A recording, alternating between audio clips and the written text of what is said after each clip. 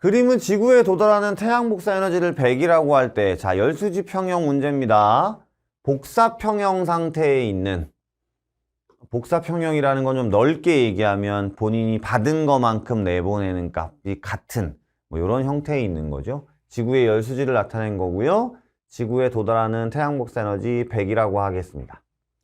이 문제를 풀기 위해서 여기 써 있는 이 수치들의 값들을 전부 다 외워서 공부하시기도 해요, 물론. 하지만 오늘은 이 값을 외우는 것보다는 실제로 어떻게 푸는지를 한번 보여드릴 거예요. 자, 이에 대한 설명으로 옳은 것만을 보기 위해서 있는 대로 고르랬고요. 지금 보시면 이렇게 뭐 더하기 뭐 이런 값이 나와 있습니다. 그럼 이거를 물론 내용은 알아야 되겠죠. 수치를 외우는 건 좀 뒷 문제라고 치고 b 플러스 i 이렇게 나와 있어요. 그럼 b는 여기 써 있죠. 근데 그냥 100이라고 쓰지 말고요. 옆에 누구랑 비교를 하고 있잖아요. A, D 이런 거 있죠. 그럼 여러분이 우선 B는 지구가 태양으로부터 받은 전체 복사 에너지 값인데 복사 평형이라고 했기 때문에 이 대기까지 포함한 지구에서 받은 것만큼 내보내게 되죠. 이렇게 수식을 쓰는 거고요. 그럼 여기 A, D 있으니까 자, C라는 친구를 우리가 없애주면 B의 값이 정확하게 비교 대상이 될 겁니다. 근데 I가 있어요. I는 이 친구거든요. 근데 제가 C를 없애야 된다 그랬잖아요. 그러면 C와 I를 더하면 이건 뭐냐면 대기가 우주와 지표로 방출하는 복사 에너지 값입니다. 그럼 복사 평형이 되려면 뭐 해야 돼? 대기가 받은, 그쵸? EFG만큼을 내보내야 되잖아요. 이렇게 된 거예요. 그럼 눈에 띄시죠? B 플러스 I 만들 수 있어요. C를 없애면 되거든요. 그럼 요거를 이항시키죠. 이렇게. 그리고 이거를 여기다 집어넣는 거예요. 그럼 I가 또 넘어가면 B 플러스 I는 어떻게 돼요?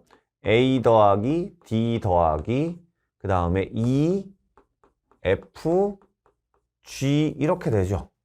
그쵸? 그럼 여기 B 플러스 I는 있고요. A, D, E, G가 있습니다. A, D, E, G가 있어요. 그럼 여기 B 플러스 I에는 F가 더 있잖아요. 여기 F 값이 29라고 써 있고요. 그러니까 B 플러스 I가 더 큰 거죠. 이런 식으로 수치 계산을 할 수 있어요. 됐죠?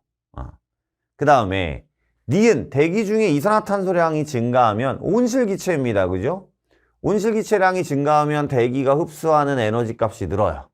하지만 이 값은 변할 수가 없잖아요. 그쵸? 어차피 반사율이 고정되어 있는 거, 반사는 먼저 일어났을 거고 요거는 대기의 창, 값이 정해져 있는 값이지 변화량이 아니니까. 그죠? 그러면 요 C가 고정되어 있기 때문에 이 전체 값이 늘어나면 I 값이 늘어날 수밖에 없어요. 그래서 온실기체량이 증가하면 지구의 온도가 올라간다. 이 얘기하는 거죠. 지표가 뜨거워지는 거니까. 그렇죠? 자, 디귿 지표에서 적외선 복사 에너지입니다.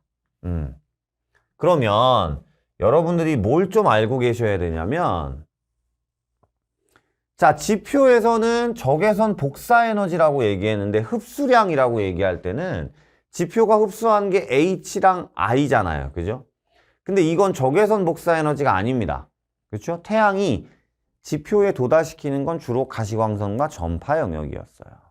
그러니까 여기는 적외선량이 거의 없다라고 하면 지표가 받는 적외선 복사 에너지는 I 값만입니다. 그렇죠? 근데 방출량은 지표가 방출하는 양은 F, G, D예요. 그죠? 그러니까 H와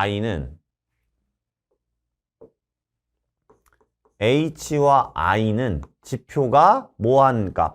흡수한 값이고요. 지표가. 그 다음에 FGD는 지표가 방출한 값입니다. 그렇죠?